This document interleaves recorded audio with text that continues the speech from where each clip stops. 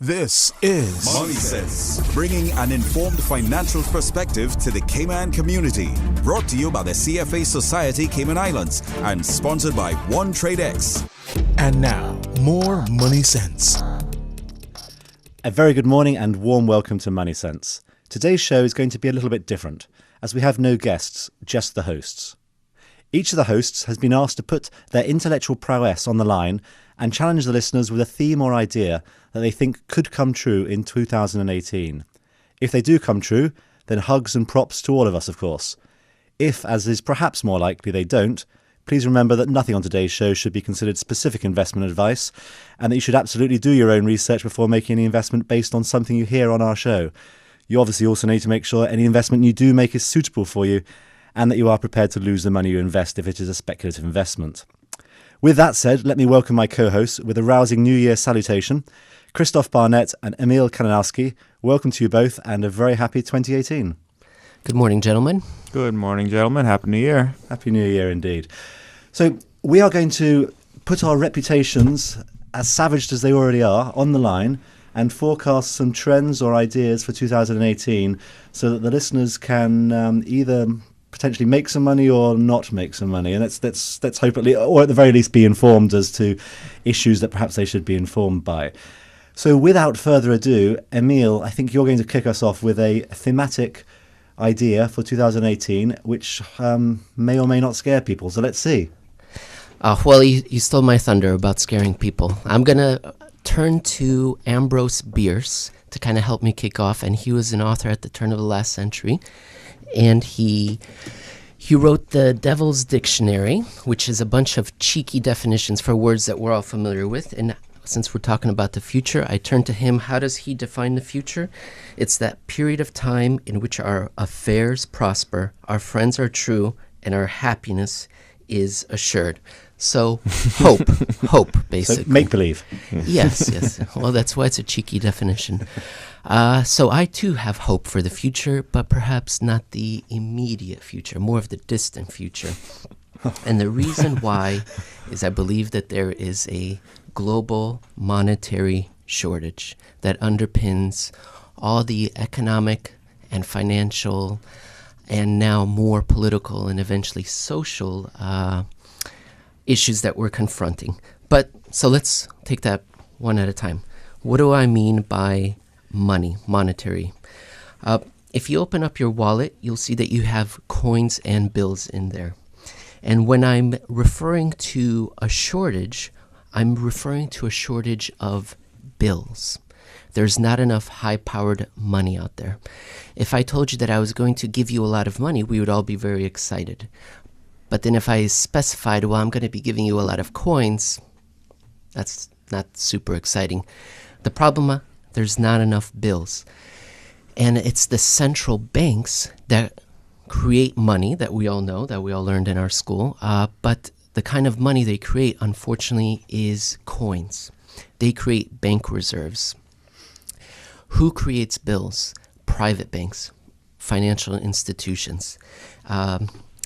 They're the ones that are, unfortunately, not creating as many of those financial instruments as they did before.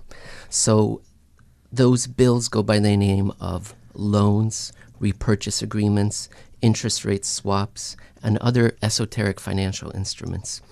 And how do they do this? They use mathematics, computer science, statistics, imagination, and the most important ingredient is confidence.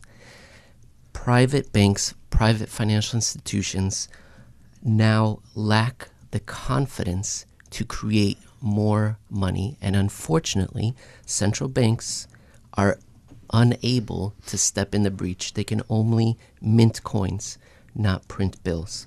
And so I believe there's not enough money to make the global economy go around. And why did this happen? So just a little bit of history. In 2007, 2009, we had that great financial crisis and affected London and New York banks. Those banks lost confidence to a certain degree. In 2011, 2012, this global monetary shortage reappeared. It was not solved in 2010, let's say. and this time it affected the European banks. And now those banks which, when they opened up their balance sheet, when they opened up their wallet, they saw they had money, but this money was from Portugal, it was from Italy, Greece, Spain. They realized these bills are, let's say, counterfeit. And so they lost confidence in the system as well. In 2014 and 16, this global monetary shortage reappeared, this time in emerging markets affecting Brazil, Russia, and China. And it's basically the same process. They are unsure of the economic future. They don't believe that the central banks will be there to backstop them. And so the confidence to create all these esoteric financial instruments that make the global economy run, increase global trade of goods and services is kind of stepping back. And so my prediction for 2018 is that there's a reasonable chance that any hiccup will kick off this global contraction again. Now, so since 2007, the contraction in money has not been continuous. There have been moments of reflation, and we're in the third reflation since 2007, but it's been the weakest one so far. And any sort of hiccup, such as perhaps the Italian election in the first quarter of this year, which may put a European Union, Eurosceptic party in power, could kick off this contraction, or perhaps China reaching its debt capacity could kick off this contraction. And as a result, whatever happens to be, whatever snowflake kicks off the snowpack tumbling down, it doesn't mean it's going to be the end of the world or the end of the economy. I just do believe that we'll see lower U.S. bond yields as people run into a safe haven asset like treasury bonds, a higher U.S. dollar, a higher perhaps Japanese yen, because in Asia people consider the Japanese yen a safe haven currency, and less global trade in goods and services. So I will stop going on, and hopefully that made sense, and I'm here for questions. Well, we're not letting you leave, certainly, so you're definitely here for questions. Let me kick it off then with the following. One of your comments was that banks lost confidence and have been reluctant, in essence, to lend money to individuals, to companies, to be the spurt of the economy, to be the engine. A lot of people, when they read the popular press, will see something slightly different. They'll see regulators telling banks they need to behave differently. They'll see Basel III. They'll see all these sorts of new regulatory environments. They'll see banks complaining about, oh, well, the regulators are telling me this, we can't do this. There are capital adequacy rules, there are solvency rules. So is it the fact that banks lost confidence, or that regulators actually just want a more stable, calmer, less risky, less volatile system in which everyone should operate in? I think it could be both. I believe the regulators do want a more stable system, and that's perfectly fine, except that we were used to a system that was not stable. It was expanding, and that's the difference. So it was fun when it was expanding, but it was not stable. So the regulators want a stable one. So that's one point, but I think more importantly, if banks have confidence in the future, if banks have confidence that they're going to be able to make money, they will massage the regulations and the laws, and they will do what is necessary to make money. And they will not let regulations stand in their way from making money. So when they're complaining about regulations, I believe that's perfectly reasonable. But also I believe in the back there's a lack of confidence to really work those regulations and make sure that they work in their favor. I hope that makes sense. Are we not in is the global economy not in a better situation though, if we have 20 years of 2% growth, sub historical par? In other words, that historical growth has averaged more than that, and if we had 20 years in the future of 2%, everyone would say, well, growth rates are lower than they've ever been in the past. But 20 years of 2% growth would be fabulous compared to 5 years of 4% growth, then a crashing bust because something has been inflated beyond its a bubble, perhaps, the housing market, the collapse, and all the rest of it. These are great times where they last, and when you can go and remortgage your house for a third time and go and buy a fourth Porsche because you've got $500,000 on debt, great fun times when everything's going. Then the music stops and everything collapses. Would that not be a better environment in which to operate in any case? So the part of banks losing confidence, is that perhaps just an evolution of people becoming more civilized and more sensible about how they behave with respect to their own money? I think this is leading into a philosophical discussion as to, do we want slow and steady, or do we want rapid and rebound? So yes, of course, what you mentioned about refinancing your third Porsche with your home equity loan, that's not a great idea.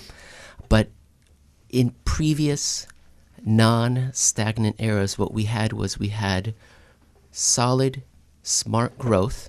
We had recessions that cleared out the incongruities and the mistakes of the system, and then we had rebounds back to trend, where we were once again growing smartly.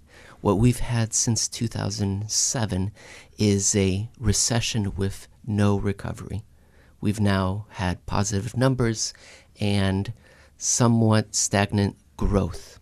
So it's not what we're used to. We're used to smart growth, recession, clear out the mistakes, rebound, back to trend. Now we're at a meandering, slow stagnation. So aren't debt levels back to new highs, like corporate debt balance sheets, or is it just, are we comparing the absolute levels, or are we comparing sort of to the trend? I believe that is at perhaps all-time highs. Is that what you're referring to? Yeah, so I think we're back to those levels now. Maybe we're not to the levels that would be to the historical trend, but is that the issue, that we're comparing to a historical trend and not necessarily absolute levels of monetarism? Yes, that is a great question. Absolute. That is my point, is that previously we would snap back to historical trends. Now we have not, and the debt level appears to be more of a burden than what it was previously, which would goose economic growth. Well, we started off on a happy note, clearly. Thank you. So what's the trade? Well, I suppose the trade would be the dollar and U.S. Treasuries. Okay. Always a safe bet. And your expression, goose the economic growth, is that a Top Gun reference? Have I missed something there? Yes, it is, Maverick. Well, there we go. A bit of popular culture that I managed to get. Christoph, let's turn to you. We've got a few minutes before the break. Maybe just begin to introduce your concept, and then we can come back and after the break and go into some details and nuts and bolts of it. Mm-hmm. So my prediction for 2008 is a return of stock market volatility. So we're passing records in terms of how calm the market is. We haven't seen a 3% decline in over a year, and same thing for a 5% decline. In fact, I think if we make it for another week and a half, this will be the all-time record of number of days without a 5% decline, which, being a new record, of course, means it's unprecedented. Normally, 2 out of 3 years, we get a 10% decline throughout the year. It doesn't mean we end down 10%, but just through normal fluctuations, we expect those. And we just haven't seen that. Now, does this mean that we've solved all the world's problems and there's no more uncertainty about investments? History would tell us no. But in spite of all calls to the contrary, I mean, if we had this show last year, I might have had the same prediction. That tells you something about predictions. But I think that would be my call: increase volatility, express itself through a stock market decline, or not necessarily a crash, doesn't have to be extended, but a return of volatility to the stock market. Okay, well, we're going to take a short break right now as Emil and I mull on that particular topic and come back with a fusillade of questions and debating points for you. So join us again in about 60 seconds. This is Money Sense, bringing an informed financial perspective to the Cayman community. Brought to you by the CFA Society Cayman Islands and sponsored by OneTradeX. And now, more Money Sense. Welcome back. In the second half of today's show, we are going to continue our conversations on themes for 2018 with our gurus, the hosts from Money Sense. And I refer obviously to Emil and Christoph. So just before the break, Christoph, you were introducing your theme about increased volatility. We had previously heard from Emil about how banks and other financial institutions had perhaps dampened the opportunities because of their lack of confidence and lack of lending, which perhaps might actually have led to lower volatility. But you think that's going to come roaring back and potentially, and that could be quite harmful for investors. So let me allow you to speak a little bit more to this theme. Well, it can be harmful, but I'll put a positive spin on it in a minute or so. Okay. But if we just cast our minds back to the low in March of 2009 when you had the S&P 500 at 666, you couldn't give it away, right? No one wanted to buy it. And so it has to do with market psychology. As Keynes said, the market is a beauty parade where you have to guess, not the winner, but who everyone else thinks is the winner. And so here we have, you couldn't give it away at the market lows, and now with Amazon at $12.50, everyone has to own it. At 1,000 I was nervous, but at $12.50 I have to buy. And so it has to do with psychology. Now, we've talked about valuations in previous shows, and valuations are high. Now, we've also said that high valuations and increasing prices are a great time to be invested in the market. And so it doesn't necessarily mean that we should head downwards. But one thing that is concerning me now is the high levels of stock allocation. So when we look at measures of household ownership of stock, we're getting to levels that are typically at the high end of the range. Now, why is that important? It's the beauty parade. If everyone else already owns the stock, then who is left to buy? And that's how prices move, more buyers coming in. And so we're seeing historically high levels of stock ownership in pension funds, in individual investors' accounts. Now, part of this is just a function of the price rising. So versus the rest of their portfolio, the stocks have a big. So it's not necessarily that they've been piling in and increasing their allocation. It's just a function of the higher prices. So what does it mean? Well, at some point, we run out of those marginal buyers, and so there has to be some breathing room. Now, it doesn't mean that, like I said, we have a crash, because it doesn't mean everyone sells. It just means that we run out of buyers for a period, and we have to sort of have a reset. But what's important? So what's the trade here?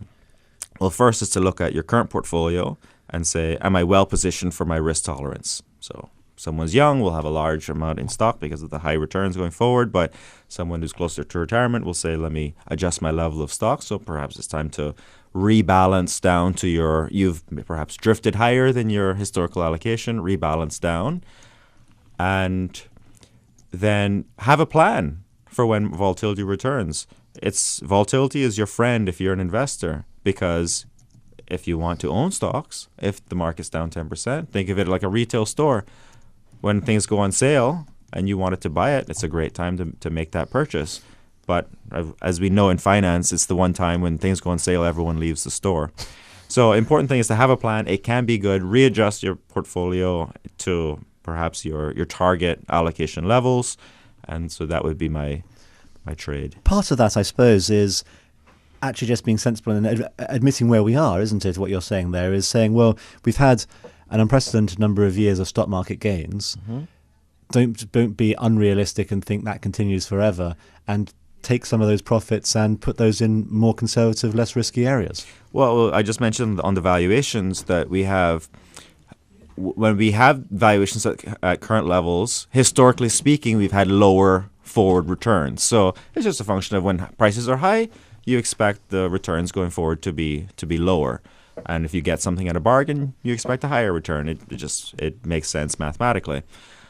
And I think what will happen is we'll look back on 2017 and say, we didn't have a 5% decline. We didn't have a 3% decline. Why didn't we reduce our allocation back to where we started?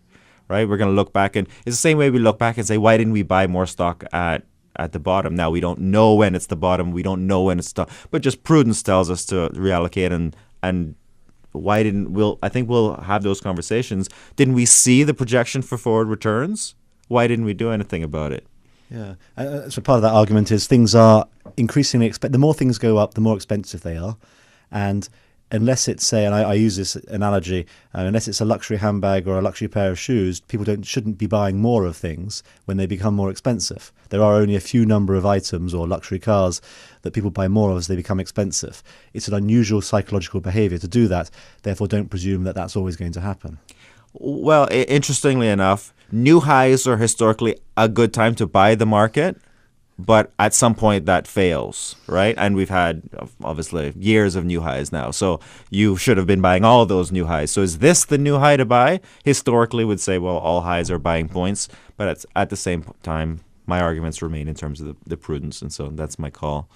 I would just like to say, I believe we're in the second longest expansion in post-war history, at least if you use the United States as a benchmark. So to your point, it's just good to have your head on a swivel and be prepared, as you said, have a plan. Have a plan. Okay. So be prepared. It's like a Boy Scout motto here. Sure. The Boy Scouts had it right all along. Okay, let me turn then to my prediction, shall we call it that. And I decided to broach the topic of cryptocurrencies, Bitcoin and cryptocurrencies. So that's what I'm going to say 2 or 3 minutes worth of narrative about. I'm going to start with a statement of absolute fact. There is nothing you, as a law-abiding person today, could buy using a cryptocurrency that would not be easier for you to buy with a bundle of cash or a credit card. That's an absolute fact. There is absolutely nothing that you could buy easier with a cryptocurrency. In fact, there is hardly anything you can actually buy with cryptocurrencies. And I said law-abiding person deliberately, because if you want to finance terrorists, buy drugs or explosives, or do malicious or evil things, then absolutely I understand that the dark web and cryptocurrencies are the place for you. So let's just have that as a context. Then let's talk about valuations. Now, I personally have no idea how people value and calculate things to do with cryptocurrencies, and I've no idea how they work these things out. But since we're talking about cryptocurrencies, nor does anyone else, and so facts are kind of irrelevant anyway. So let's just use some statistics that the internet provided me. Bitcoin, according to a website called coinmarketcap.com, who knows if it's accurate, has Bitcoin at a market capitalization or a value of $244 billion US dollars. Let's just pause for a second. $244 billion US dollars. Ethereum, $124 billion US dollars. Ripple, what a stupid name, $76 billion US dollars. And Dogecoin, and honestly, Dogecoin was created as a joke by its founders in order to allow people to buy pictures of dogs. It was purely created as a joke, has a market capitalization of $1.4 billion. It was created as a joke. Now, remember, none of these cryptocurrencies produce anything tangible. They are simply a maths puzzle solved. And now one is worth $244 billion. Perhaps I should have studied harder at maths in school, because the value of one of the solutions to a maths puzzle today is $244 billion US dollars. Now, that's a lot of money. New Zealand, there are some New Zealanders here in Cayman, is a country that makes things. It grows things and it even looks pretty. Tourists go there to visit. It has a GDP of $186 billion US dollars. So for solving a maths puzzle, you can buy all of New Zealand. And then you'd have enough money left over to buy 30 Cayman Islands. That's for a maths puzzle. And remember, this is something that doesn't produce anything, can't be used, and has no income production, and yet it's worth more than New Zealand. In fact, it's worth more than Home Depot. And if you owned all of the Home Depot stores, you could buy a house for everyone in New Zealand. Sorry, build a house for everyone in New Zealand. Now, I know you will hear people tell you that these assets have made an absolute fortune for individuals. And sure, that's true. Back in 1637, in the Netherlands, people made a lot of money from speculating in tulips. Now, the good thing about tulips is they actually look pretty. You can buy a bunch of tulips, put them on your windowsill in a vase, and stare at it and go, how lovely. You can't even do that with Bitcoin. In fact, if you own some Bitcoin, the most likely thing to happen to your Bitcoin is that they're going to get stolen. So you can go and buy and mine and spend a lot of time and energy will come back to, and probably end up with your Bitcoin being stolen by somebody.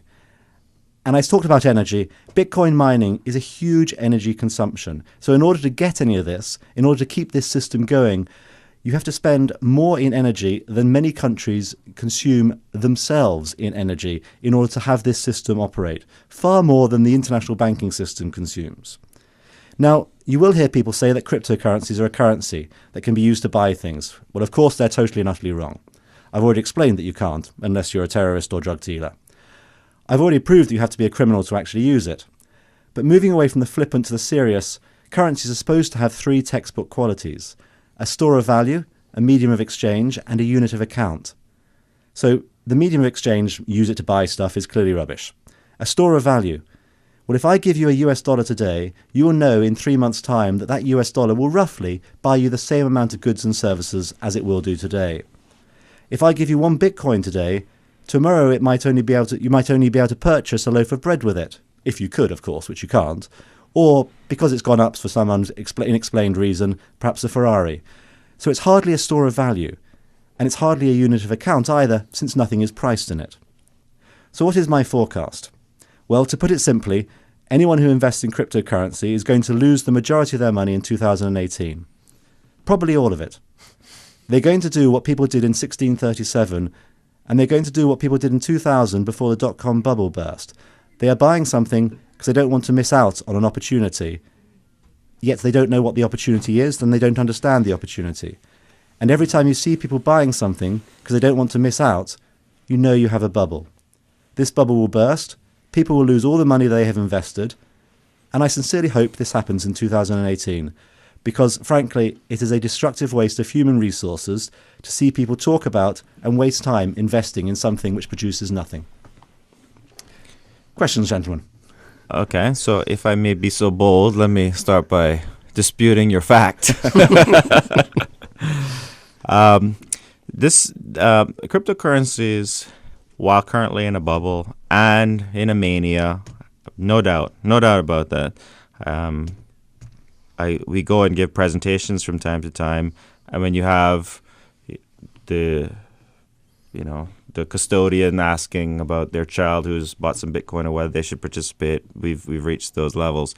But we're approaching this from the idea of a Western context where we have a developed banking system.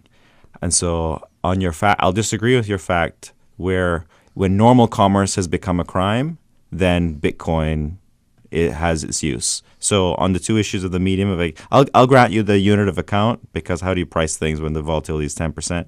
On the medium of exchange, if you're in Venezuela when your currency has been destroyed, and you can now mine Bitcoin and use it to buy groceries and take them across the border from Colombia and so on, then that's an outlet for you, right? So you're forced to buy things because of in spite of all the problems.